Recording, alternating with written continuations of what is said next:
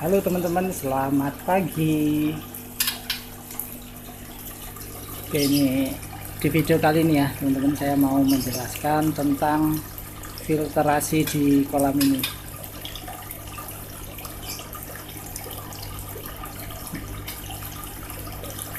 Ini masih dalam proses penjinakan ikan ini. Jadi akan saya buatkan video bagaimana cara penjinakan koi di kolam ini ya. Oke teman-teman, di sini kolam ini ya, untuk panjangnya ini sekitar 3 meter, lebarnya 1,5 meter ya. Untuk chambernya ada di sini. Ini chamber ini ukurannya 1,5 meter kali 50 cm ya. Jadi kalau dilihat dari luas kolam, ini chamber ini sangat kurang ya luasnya, jadi cuma 1/6.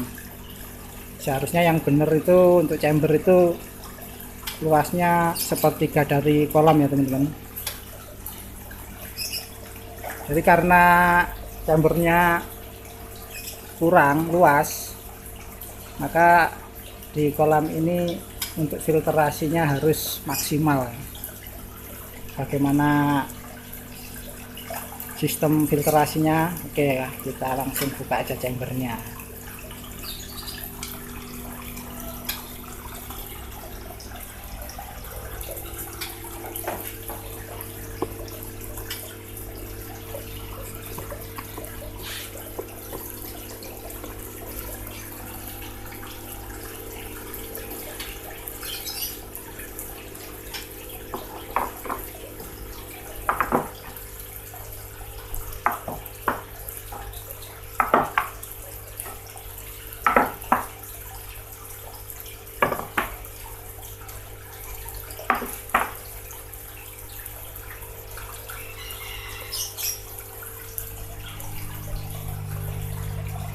Oke teman-teman ya, ini chambernya ya.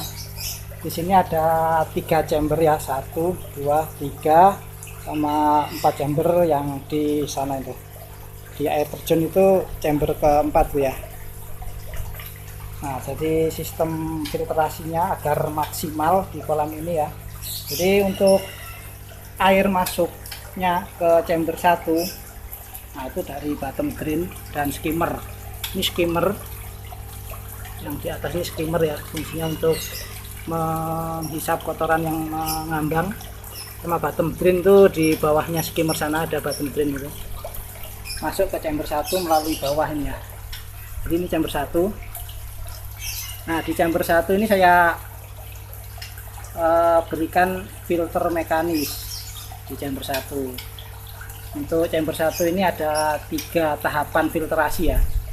Jadi yang pertama itu proses pengendapan, terus yang kedua penyaringan kotoran-kotoran ikan yang besar ya. Saya menggunakan media jet mat untuk menyaring kotoran yang besar.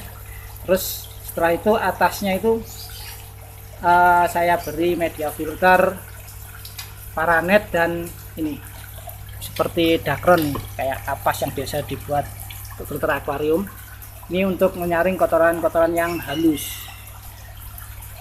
Jadi untuk filter mekanis ini di chamber pertama ini fungsinya sebagai penjernih air sama berfungsi untuk melindungi filter biologis. Nah, ini filter biologisnya di sini. Jadi filter biologis ini harus dilindungi oleh filter mekanis ya. Tujuannya apa? Agar kotoran tidak masuk ke chamber 2, ke chamber biologis. Karena di chamber biologis ini fungsinya berbeda dengan filter mekanis ya. Untuk sistem di chamber biologis ini kan mengurai amoniak yang terlarut di dalam air ya. Jadi di sini ada proses nitrifikasi di chamber 2, yaitu proses mengurai amoniak yang terlarut dalam air menjadi nitrat. Nah, disinilah media tumbuhnya bakteri. Bakteri di sini ada 2 bakteri Nitrosomonas dan bakteri Nitrobacter. Untuk memproses amonia di chamber 2 ini, bakteri ini kan sifatnya aerob. Jadi bakteri ini sifat aerobik. Jadi dia tumbuh dan memproses amonia itu dia membutuhkan oksigen dalam air. Nah, maka di sini saya menambahkan aerasi. Nah, seperti ini ya. Nah, ini saya tambahkan aerasi. Nah, seperti ini. Agar kandungan oksigen di chamber ini banyak ya, sehingga bakteri itu mudah tumbuh di media filter. Jadi kenapa kok filter biologis ini harus dilindungi? Jadi gini, kalau misalkan ada kotoran yang masih lolos di chamber 1 ya, seperti ini masih lolos, nanti masuk ke chamber 2, chamber biologis, nanti kotoran itu akan menempel di media filter tersebut. Nah, sehingga bakteri nanti yang akan menempel di media filter tersebut jadi berkurang karena tertutup oleh kotoran-kotoran ikan ya, sehingga nanti akhirnya filtrasi biologisnya kurang maksimal. Maka harus dilindungi dengan filter mekanis. Bisa teman-teman lihat ya, di sini filter biologisnya kelihatan masih bersih ya, tidak kotor ya, cuman agak sedikit coklat-coklat aja, kecoklatan lah. Kita bisa lihat ya, agak sedikit kecoklatan. Nah, itu kecoklatan itu adalah lapisan-lapisan yang ditempati oleh bakteri tersebut. Nah, di sini untuk filter biologis ini alirannya dari atas menuju ke bawah ya, menuju ke bawah, terus masuk ke chamber kedua. Nah, chamber ketiga. Nah, ini chamber ketiganya lewat lubang pipa ini. Nah, di chamber ketiga ini isinya pompa. Saya menggunakan 2 pompa ya. Yang satu itu yang di bawah sana menggunakan pompa Sunsun berkapasitas 5.800. Ini langsung diarahkan ke chamber 4. Nah, di sini chamber 4 di air terjun ini chamber 4 ya. Sama yang satu lagi pompa kecil. Nah, ini kapasitas 1.600 nih. Ini larinya ke arus. Arus ini di sebelah sana ya, ujung sana. Itu ada arus yang saya arahkan, arus atas mengarahnya ke skimmer, sama arus bawah mengarah ke bottom drain.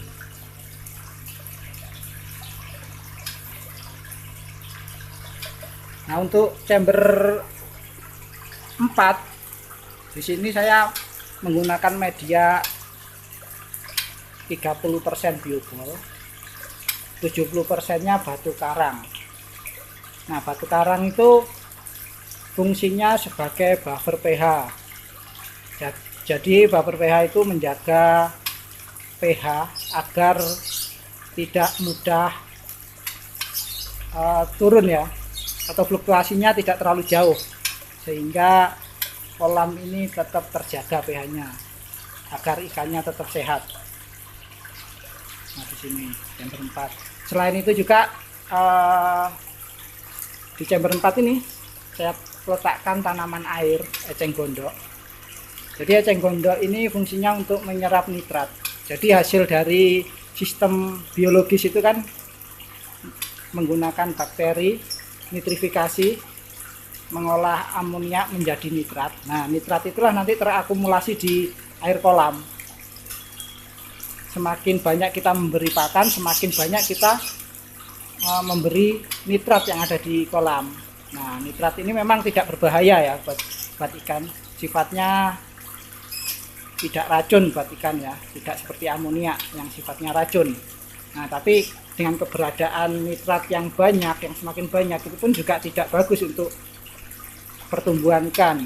Maka di sini saya taruh tanaman air eceng gondok yang fungsinya untuk menyerap nitrat. Nah, seperti ini teman-teman ya, untuk memaksimalkan filtrasi di kolam ini karena chambernya sangat minim, cuma 1/6 luas bagian kolam. Jadi ini jangan ditiru ya, kalau chambernya itu cuma 1/6 ini jangan ditiru. Jadi kalau teman-teman membuat kolam itu chambernya setidaknya 1/3 dari luas kolam ya. Tapi kalau misalkan sudah terlanjur seperti saya ini, luas chambernya cuma 1/6, ya kita harus berusaha memaksimalkan filtrasi di kolam ini. Oke, seperti ini teman-teman ya. Semoga video ini bermanfaat. Jangan lupa subscribe ya teman-teman. Oke, terima kasih.